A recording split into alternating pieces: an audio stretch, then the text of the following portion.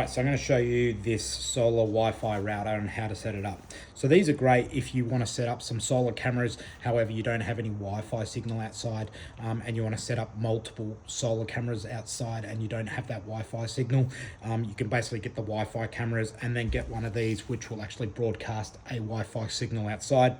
Also, if you've got an outdoor area where you want to use your smart devices, again, this is perfect. So inside the box, you've got your setup manual or your instructions here. So that's that. And then underneath, you've actually got your Wi-Fi router. So there's the solar panel, and then underneath, you'll see at the back, we've got 4 antennas. You've also got underneath here a weather strip, where you've got your on-off switch. You've got a power port. This is where the SIM card goes in, which I'll show you in a second.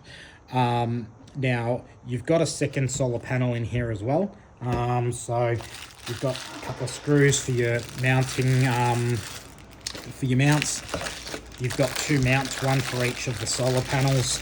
Your second solar panel. Now this is just basically to provide power or additional power to the router itself.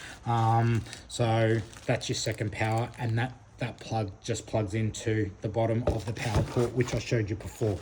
So to actually set up the solar router, what you do is you'll need to get a SIM card. So this is a nano SIM card. Most SIM cards you get these days, the nano SIM card is the smallest one that pushes out.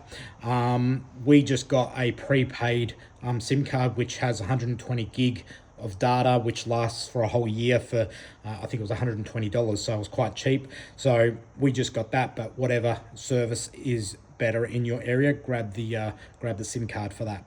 Now to put the SIM card in, you'll see there's a little notch on the end of the SIM card which is on the top right. What you basically do is the top right, if you're looking at it, will go upwards and to the right of the actual unit itself. Okay, so and then when you push it in, you'll feel that it actually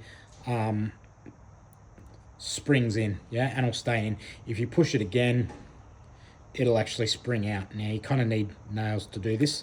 There you go. So it springs out. So when it springs in, that's when it's in. So there it is.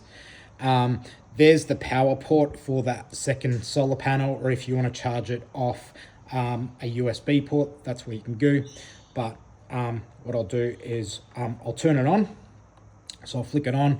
You'll see that it'll have an orange light just here. And it's very, very faint, but there's also a sort of like a blue purple light that starts to illuminate there once it's active.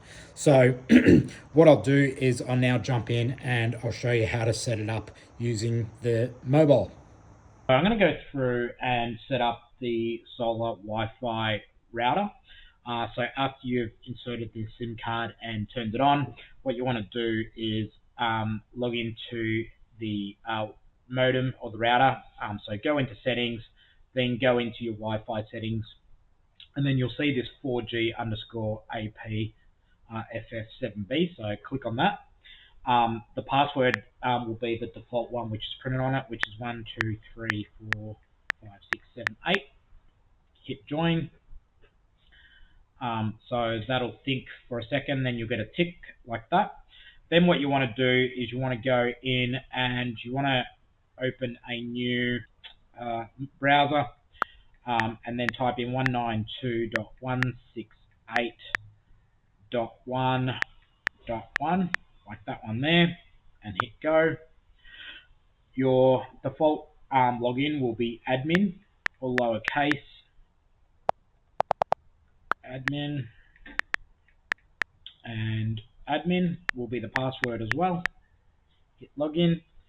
Okay, so this is the screen that you'll see when you're there. So what you want to do first is click on the or the hamburger sign on the left, and what you want to do is go internet, and then click on Wi-Fi, and you'll see here is where you can change the Wi-Fi password and the name. So what I'll do is I'll change it to, say, for example, Leer solar cameras, and what I'll do is I'll change the password to 10, 20, 30, 40, 50. I'll hit OK. The settings will be updated. Now you'll notice that at this stage, it'll probably disconnect. The reason being is we've changed the name and we've changed the password. So what you'll need to do is go back to your Wi-Fi settings, and once the settings have been applied, you'll see here. So there is our new Wi-Fi name. Now it's connected automatically, which is interesting. So it's remembered the new password. So I'll go back here and I'll refresh it. Okay, so now the other thing as well that you might want to do is change the default login for